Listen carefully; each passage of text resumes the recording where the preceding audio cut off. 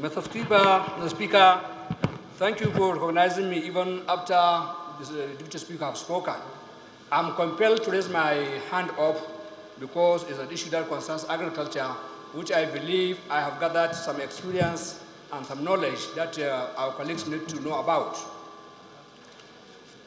This motion shouldn't have come much earlier than now. And as I believe agriculture is the most important sector today in this country, more than education, more than health, and more than defense.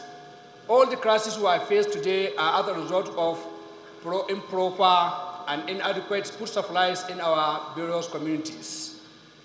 All the crises we are faced in the northeast of Boko Haram is because of unemployment. Northeast used to be a hub of agricultural products, but because the youth have not been properly engaged, somebody came and took them away and inhabited them with bad ideas and they took arms. I believe if agriculture is given its due role, everybody will be fully engaged and everybody will be happy. It is quite surprising the way the shareholders or the supposed shareholders of the Bank of Agriculture have refused to remit what they are supposed to pay as shareholders.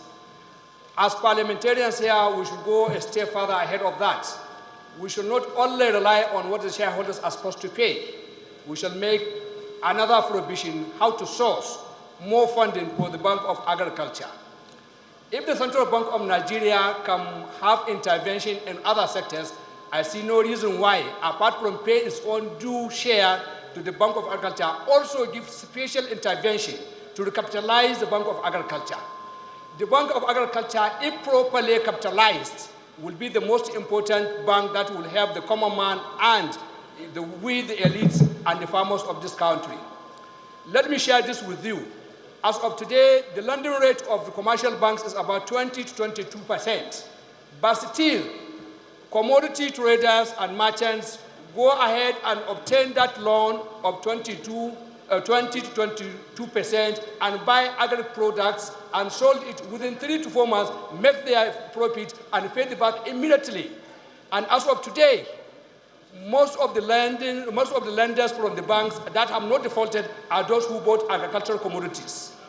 At the beginning of the harvesting period of last year, 2016, which started in October before end of December, a bag of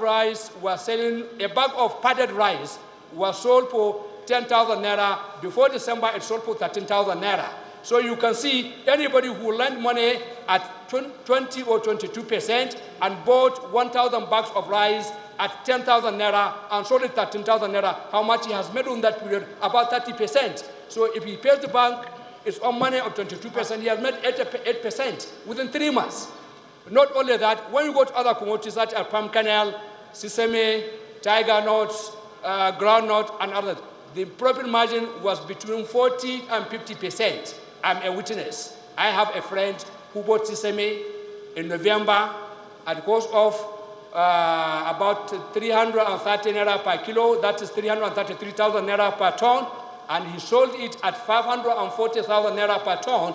If you calculate, the margin there will give you about 57%. So if you lend money at 23% and you made a profit of 57% and you repaid back your loan, then you can see the profit margin you have there is still about 23%, which is still better for you. As of today, any contractor who borrowed money in the last 2 years and put that money in the contract, the contract will not be paid in full. 2, the profit will continue to grow up. 3, he is not assured of when he will get his money back from the contracts. So, honorable colleagues, it is high time that we should evolve another way of recapitalizing the Bank of Agriculture. If the Bank of Agriculture is fully recapitalized, all these problems that have been enumerated of insecurity of everything in the country will be a thing of the past.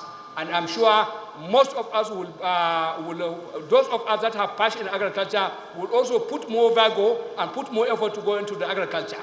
If the Bank of Agriculture has sufficient funding, it will not be difficult for us to go and get loan, to have poultry, to have fishery, to have grains and other cultivations, whereby we take off the road many youths who are roaming urban centers, selling cigarettes, doing all sorts of nasty activities in the name of business, the business that will never give them anything that will empower them, and still they don't have any mental development.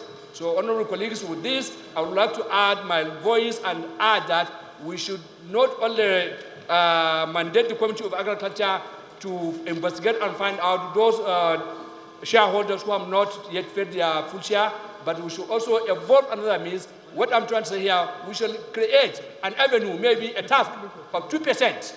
We have education tax fund. We have so many other sources of funds that we allocated to some sectors. 1%, 0.5%, 2%. It will not be an oversight for us if we recommend 5%. Anybody who is given consultancy, even we here, we shall be shareholders. We are farmers. If we are not farmers directly, we are farmers indirectly. I'm a shareholder of the Bank of Agriculture, and tomorrow I can work in there with my share certificate and obtain a loan that I can start a business to look after myself in old age. Thank you very much. In favor of the motion, say aye. Those against it, say nay. The ayes have it.